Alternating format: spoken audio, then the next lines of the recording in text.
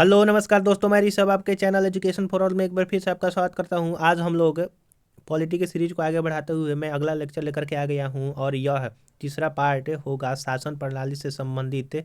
हम लोग question answer कर रहे थे, उसका ये तीसरा पार्ट आज हम लोग करेंगे। हम लोगों ने पिछले वीडियो में 44 क्वेश्चन नंबर तक कर लिया है। आज हम लोग 45 से जो है वो आगे करेंगे।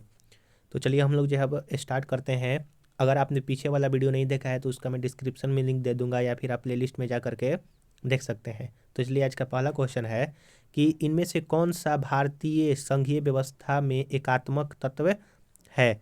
तो इसका ऑप्शन नंबर बी सही हो जाएगा कि 2, 3 और 5। 2 नंबर में कि राज्यपालों की नियुक्ति जो है वो भारतीय संघीय व्यवस्था की एकात्मक तत्व है। फिर उसके बाद राज्यसभा में असमान प्रतिनिधित्व जो होता है। और पांचवा बोल रहा है कि अखिल भारतीय सेवा भी जो है वो भारतीय संविधान में है। तो ऑप्शन नंबर बी इसका सही आंसर हो जाएगा। अगला है क्वेश्चन नंबर कि 46 है कि भारत में संघीय व्यवस्था से संबंधित निम्नलिखित कथनों में से कौन सा कथन सही है। तो केवल 1 और 2 देख लेते हैं। संविधान शासन की मूल संरचना के लिए एक संघीय व्यवस्था की प्रस्तावना करता है। और दूसरा कह रहा है कि एकात्मक झुकाव का उसमें सशक्त मिश्रण है। तो इस तरह से ऑप्शन नंबर बी इसका सही हो जाएगा। भारतीय संविधान द्वारा शासन की मूल संरचना के लिए एक संघीय व्यवस्था की प्रस्तावना की गई है, तथापि एकल नागरिकता और केंद्र की राज्यों की तुलना में अधिक शक्तियां इसे एकात्मक झुकाव प्रदान करते हैं। इस प्रकार कथन 1 और 2 जो है वो सही हो जाएगा। 3 और 4 गलत इसलिए है क्योंकि राज्य विधायिकाएं रक्षा एवं वैदेशिक मामले सहित अनेक संदर्भ में केंद्र से अलग नहीं है और साथ ही यह न्याय शक्तियों का सोपानबद्ध क्रम है, संघ और राज्यों के मध्य विभाजन नहीं। क्वेश्चन नंबर 47 है कि कथन और कारक दिया है, उसके बारे में हम लोग को बतलाना है। तो कथन कह रहा है कि भारत का राष्ट्रपति परोक्षतः निर्वाचित होता है। और कारण कह रहा है कि भारत में संसदीय प्रणाली को गणतंत्रवाद के साथ जोड़ा जाता है। तो दोनों जो है वो सत्य है और आर ए की सही जो है स्पष्टीकरण कर रहा है।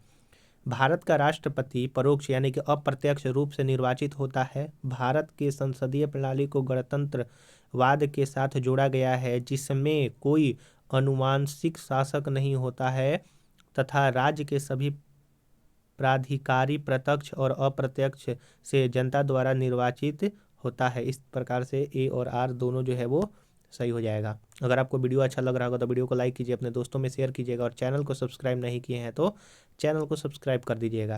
क्वेश्चन नंबर 48 है कि नीचे 2 वक्तव्य दिए गए हैं, कथन और कारण दिया है। कथन कह रहा है कि राजनीति दल लोकतंत्र के जीवन रक्त है। और कारण है कि लोग खराब शासन के लिए सामान्यतः राजनीतिक दलों को कोसते हैं। तो ए और आर दोनों सही है। आर ए की सही स्पष्टीकरण कर रहा है।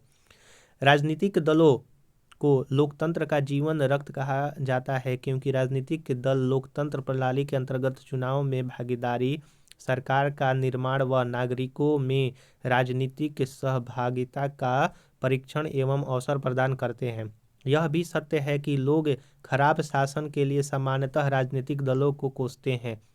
अतः प्रश्न, कथन और कारण जो है वो दोनों सही है और कारण जो है वो कथन का सही स्पष्टीकरण कर रहा है। क्वेश्चन नंबर 49 है कि भारत में दल विहीन प्रजातंत्र किसने प्रस्तावित किया था। तो दल विहीन प्रजातंत्र जो है वो आपका महात्मा गांधी और जयप्रकाश नारायण दोनों प्रस्तावित किए थे। महात्मा गांधी और जयप्रकाश नारायण ने भारत में दल विहीन प्रजातंत्र का समर्थन किया। ये दलीय व्यवस्था के दोषों के कारण दल विहीन लोकतंत्र एवं सहभागी लोकतंत्र के समर्थक थे। क्वेश्चन नंबर 50 है, कथन और कारण दिया हुआ है। कथन कर रहा है कि भारत की संघात्मक संरचना का मुख्य उद्देश्य इसकी बहुआयामी विविधताओं में से एक राष्ट्र का निर्माण करना और राष्ट्रीय एकता को संरक्षित करना था। कारण कह रहा है कि विविधताओं के असमंजस से एक सख्त न किए कमजोर भारतीय राष्ट्रीयता का निर्माण करना। तो ए और आर दोनों सही है, लेकिन आर आर जो है वो एक ही व्याख्या अच्छी तरह से कर रहा है। भारतीय संविधान के अनुच्छेद 1 के तहत भारत राज्यों का संघ है, जिसमें वर्तमान में 28 राज्य और 8 संघ राज्य क्षेत्र है। संघात्मक संरचना में शक्ति का बंटवारा संघ तथा राज्यों के मध्य किया गया है। संघ को राज्यों की तुलना में अधिक शक्तियाँ प्रदान की गई है। भारत की संघात्मक संरचना का मुख्य उद्देश्य उसकी बहुआयामी विविधताओं में से एक राष्ट्र का निर्माण करना और राष्ट्रीय एकता को संरक्षित करना है, जिसके कारण विविधताओं के समंजन में एक सख्त भारतीय राष्ट्र का निर्माण हुआ है। इस प्रकार प्रश्नगत में कथन और कारण दोनों सही है। क्वेश्चन नंबर 51 है कि नीचे दिए गए कथन और कारण के बारे में बतलाना है। तो कथन कह रहा है कि भारतीय राजनीतिक व्यवस्था की प्रकृति में निरंतरता एवं परिवर्तन के तत्व मूर्त रूप में पाए जाते हैं। कारण कह रहा है कि भारतीय राजनीतिक व्यवस्था में निम्न राजनीतिक कार्यशैली जैसे आधुनिक शैली, परंपरागत शैली तथा संत शैली के तत्व समाहित हैं।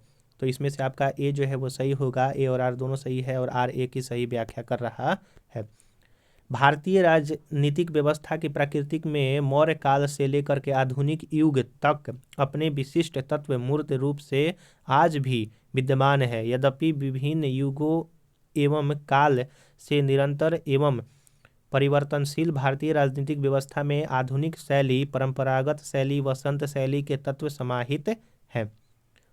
अगला क्वेश्चन है क्वेश्चन नंबर 52 की कथन और कारण दिया हुआ है। कथन कह रहा है कि महिलाएं, दलित, निर्धन एवं अल्पसंख्यक समूह भारत में लोकतंत्र के सबसे बड़े दावेदार हैं। और कारण कह रहा है कि भारत में लोकतंत्र अधिक आत्मसम्मान की कामना का वाहक बनकर उभरा है। तो इनमें से जो है आपका कौन सा सही है? तो ऑप्शन नंबर ए सही हो जाएगा कि दोनों ए और आर सही है और आर ए की सही जो है वो मान्य स्पष्टीकरण कर रहा है। महिला, दलित, निर्धन, अल्पसंख्यक समूह भारत में लोकतंत्र के सबसे बड़े दावेदार हैं, क्योंकि लोकतंत्र उनके व्यक्तिगत अधिकारों की रक्षा एवं उनके आत्मसम्मान तथा गरिमा को बढ़ाता है। इस प्रकार आर और ए दोनों सही है और आर ए की सही स्पष्टीकरण कर रहा है।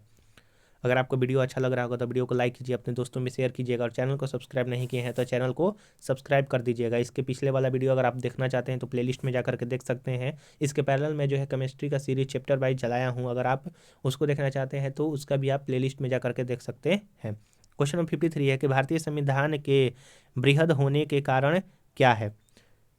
तो इसका जो आंसर जो है वो आपका एक तरह से सस्पेक्ट में था, इसलिए यह जो है आंसर इसमें जो जितना ऑप्शन दिया हुआ है वो गलत है। भारत का संविधान विश्व का सबसे विस्तृत संविधान है। इसके बृहद होने का कोई कारण नहीं है, बल्कि उपयुक्त सभी कारणों से संविधान का स्वरूप बृहदाकार हो गया है। अतः सभी विकल्प में कोई सत्य नहीं है, बल्कि सभी सत्य है। यानी कि जितना भी विकल्प यहाँ पर दिया है सभी सत्य है। कि इसमें अनेक संविधानों के अनुभव समाविष्ट है। हाँ सही है, क्योंकि हम लोग अलग अलग संविधान के जो उसमें जो मुख्य तत्व है उसको हम लोगों ने लिया है। अमेरिका से जो है वो मौलिक अधिकार लिया है, कर्तव्य जो है हम लोगों ने आपका जो है मूल संविधान में नहीं था, फिर उसको बाद में जोड़ा है। तो बहुत सारे जो चीज़ हम लोगों ने अलग अलग संविधान से, अलग अलग देशों के संविधान से लिया है। इसमें विस्तृत प्रशासकीय प्रावधान है। हाँ सही बात है, यह एक बड़े देशों के शासन से संबंधित है। यह भी बात सही है। यह संघ तथा राज्य सरकारों का संविधान है। तो यहाँ पर ये चारों सही है, इसमें कोई भी ऐसा नहीं है जो कि गलत है या फिर बृहद होने का कोई कारण बतला रहा है। क्वेश्चन नंबर 54 है कि निम्नलिखित में से कौन सा कथन सत्य है? तो ऑप्शन नंबर ए सही होगा कि संयुक्त राज्य अमेरिका में सरकार की संघीय प्रणाली है। अमेरिका के संविधान का संघीय प्रणाली का स्पष्ट उल्लेख है। भारत के संविधान में भारत को राज्यों का संघ बताया गया है, किंतु संविधान के कतिपय प्रावधान राज्यों की अपेक्षा केंद्र को ज़्यादा शक्तिशाली बनाने पर जोर देते हैं। इससे कुछ विद्वान भारत के संविधान को संघात्मक एवं एकात्मक प्रणालियों का मिश्रण मानते हैं, किंतु भारतीय संविधान एकात्मक प्रणाली का लक्षण लिए हुए मूल रूप से संघीय संविधान है।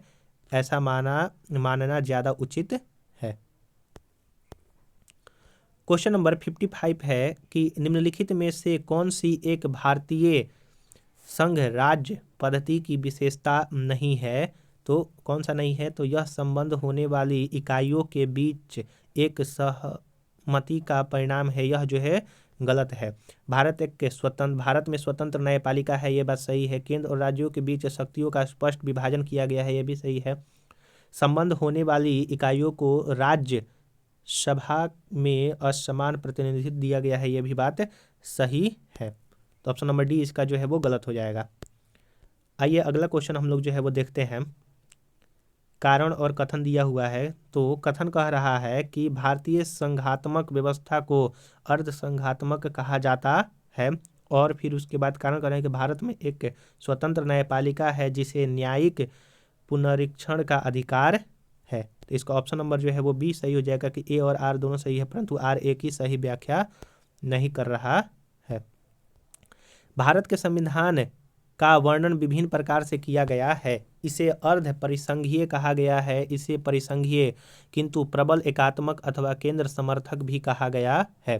संरचना में परिसंघीय किंतु भावना में एकात्मक, समान स्थिति में परिसंघीय किंतु आपात स्थिति आदि के दौरान पूर्णतः एकात्मक के रूप में परिवर्तित हो जाने के इसके गुण के कारण इससे अर्ध संघात्मक कहा जाता है। भारतीय संविधान में स्वतंत्र न्यायपालिका का प्रावधान है तथा सर्वोच्च न्यायालय, उसमें उच्च न्यायालय को न्यायिक पुनरीक्षण की शक्तियाँ प्रदान किया गया है कि मान लीजिए अगर सुप्रीम कोर्ट ने कोई फैसला दिया तो वो उसको अपने फैसलों को बदल सकता है। यह जो है शक्ति सुप्रीम कोर्ट के पास है। संविधान के विभिन्न अनुच्छेद यथा अनुच्छेद जैसे 13, 32, 131, 136, 141, 143, 226, 227, 245, 246, 372 आदि में उपबंध प्रत्यक्ष या अप्रत्यक्ष रूप से न्यायपालिका की न्याय पुनरीक्षण की शक्ति प्रदान किया गया है। तो इस प्रकार से दोनों सही है, लेकिन व्याख्या अच्छी तरह से नहीं कर रहा है। क्वेश्चन नंबर 57 है कि कारण और कथन। भारतीय संविधान अर्ध संघात्मक है, और कारण कह रहा है कि भारतीय संविधान न तो संघात्मक है और न ही एकात्मक है। तो इसमें ऑप्शन नंबर ए और आर दोनों सही है, और आर जो है वो एक की व्याख्या अच्छी तरह से कर रहा है। हम लोगों ने ऊपर भी इसका जो है वो डिटेल देखा। अगला क्वेश्चन है क्वेश्चन नंबर 58 की भारतीय संविधान की प्रकृति क्या है। तो भारतीय संविधान की प्राकृतिक में संघीय किंतु भावना में जो है वो एकात्मक है। 59 नंबर क्वेश्चन है कि भारतीय संघवाद को सहकारी संघवाद किसने कहा था।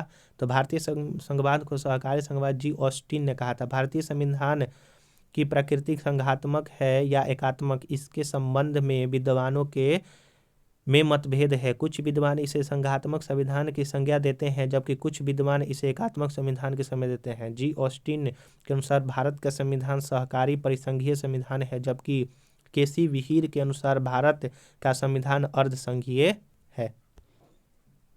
क्वेश्चन नंबर 60 है कि किसने कहा था कि भारतीय अर्ध संघात्मक राज्य है। तो केसी विहीर ने कहा था भारतीय अर्ध संघात्मक राज्य है। तो हम लोग आज जो है यहाँ पर इतना ही क्वेश्चन करते हैं 60 क्वेश्चन तक, और इसमें जो है वो 17 क्वेश्चन बच गया है, जो कि अगले पार्ट में कर दूंगा मैं, क्योंकि ये वीडियो ज़्यादा लंबा हो जाएगा। तो आपने अगर पीछे वाला वीडियो नहीं देखा है तो आप जो है जा करके देख सकते हैं। अपने दोस्तों में शेयर कीजिए। चैनल को सब्सक्राइब नहीं किए हैं तो चैनल को सब्सक्राइब कीजिए, और वीडियो को लाइक जरूर से ज़रूर कर दीजिएगा। चलिए अब हम लोग जो है वो अगले पार्ट में मिलेंगे शासन प्रणाली के ही प्रश्न से, और वो अगला पार्ट जो है वो लास्ट होगा। तो हम लोग जो है अगले वीडियो में मिलेंगे। तब तक के लिए नमस्कार।